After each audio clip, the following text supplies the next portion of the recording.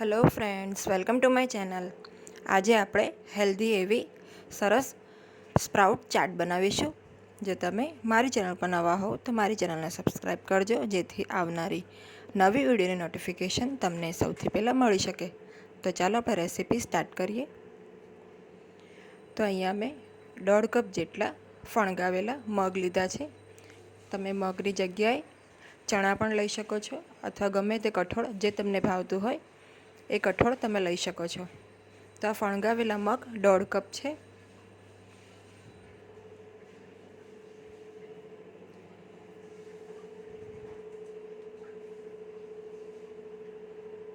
તો હવે આપણે આમાં બીજા વેજીટેબલ એડ કરીશું. તો અહીંયા 1/2 કપ જેટલી કાકડી છે, એકદમ ઝીણી સમારેલી. આપણે બધા જ વેજીસ એકદમ ઝીણા સમારેલા લેવાના છે, એ વાતનું ધ્યાન રાખવાનું છે. સાથે ટામેટાં છે, તો એ પણ મેં 1/2 કપ જેટલા લીધા છે.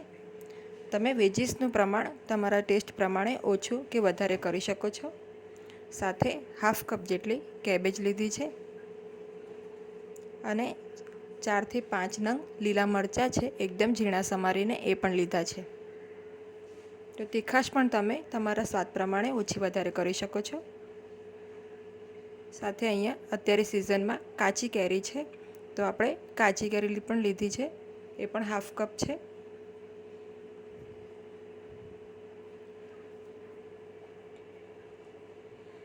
સાથે આપણે અહીંયા કાંદા લીધા છે, એકદમ ઝીણા સમારીને.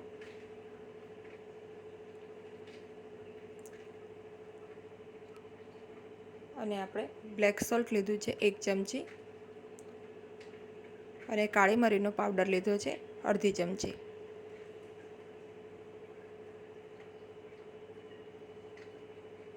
સાથે ફ્રેશ ધાણા છે સમારેલા, એ નાખીશું.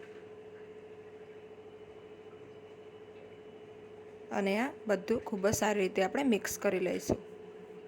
મીઠું પણ તમે તમારા સ્વાદ પ્રમાણે ઓછું કે વધારે નાખી શકો છો. આ જે સ્પ્રાઉટ ચાટ છે એ ખૂબ જ હેલ્ધી બને છે. એને તમે ડિનરમાં કે લંચમાં પણ બનાવી શકો છો. અને સ્પ્રાઉટ તો વિટામિન B12નો ખજાનો છે, એ તો આપણે બધા જાણીએ જ છીએ.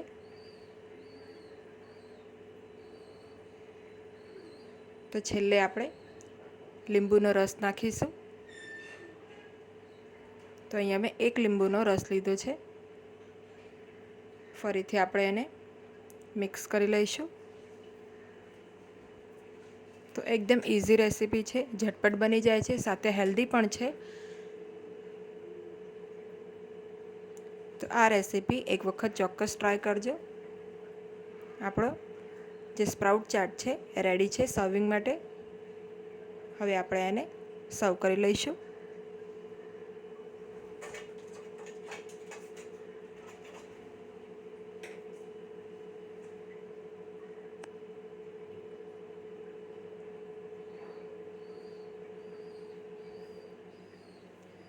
તો રેડી છે આપણી સ્પ્રાઉટ ચાટ. જો તમને આ રેસીપી ગમી હોય તો વિડીયોને લાઈક અને શેર કરજો, અને મારી ચેનલને સબસ્ક્રાઈબ કરજો. Thanks for watching.